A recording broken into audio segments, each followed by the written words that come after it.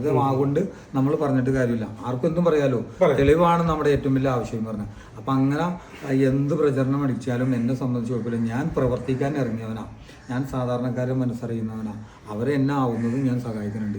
പിന്നെ അതുകൊണ്ട് ഇവർ എന്ത് പ്രചരണം നടത്തിയാലും എന്നെ സംബന്ധിച്ച് ഞാൻ ജയിച്ചു വരും എന്നുള്ള ഉറപ്പുള്ളത് കൊണ്ട് തന്നെയാണ് ഈ 12,500 ലഡു നമ്മൾ 13-ാം തീയതിക്ക് മുമ്പ് തന്നെ ഉണ്ടാക്കി വെക്കുന്നത്. അവിടെ ജീപ്പ് റെഡി ആയിക്കൊണ്ടിരിക്കുന്നതാണ്. നമ്മുടെ വാർഡിലുള്ള കുടുംബക്കാർ തന്നേക്കുന്നതാണ്. പുൽക്കാട്ട് കുടുംബത്തിലെ ജീപ്പാണ് എനിക്ക് തന്നേക്കുന്നത്. ഞാൻ ഇന്നലെ ഇന്നലെ ഞാനത് കേട്ടിരുന്നു. അവിടെ നിൽക്കുന്ന ആൾക്കാർ എന്താണ് നാസിക് ഡോളി ജീപ്പ് എന്നൊക്കെ പറയുമ്പോൾ എന്താ സംഭവം പറഞ്ഞ് നാളെ അതിനായിട്ട് വണ്ടി അവിടെ കൊണ്ടുപോയി അല്ലേ ഇതിന്റെ റിസൾട്ട് അറിയണോടത്തുകൊണ്ടുപോയി ഇടണേണ്. അവിടെ നിന്ന് ഞങ്ങൾ വണ്ടിയിലെ കൊണ്ടുപോകുള്ളൂ നമ്മുടെ നായകനെ പറഞ്ഞേക്കണം. അതൊക്കെ കേൾക്കുമ്പോഴല്ല ഭയങ്കര ഒന്നും പറയണ്ടത് അനുഭവിക്കണം. ഞാൻ നാളെ അങ്ങോട്ട് ഞാനും വന്നിട്ടാ. എനിക്ക് അതിൻ്റെ ഒരു വീഡിയോ ക്ലിപ്പും കൂടി വേണം. പിന്നെ അതുപോലെ കുറച്ച് വീടുകളിൽ ലഡു കൊടുക്കണമെങ്കിൽ നമുക്ക് കാണിക്കണം ആൾക്കാരെ.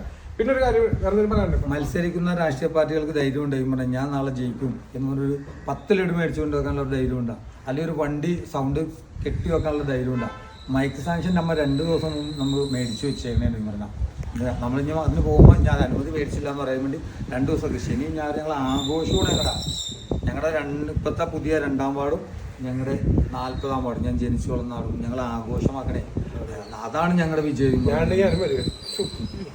നമ്മുടെ വാർഡല്ല, പക്ഷെ ഞാനുണ്ടാവും.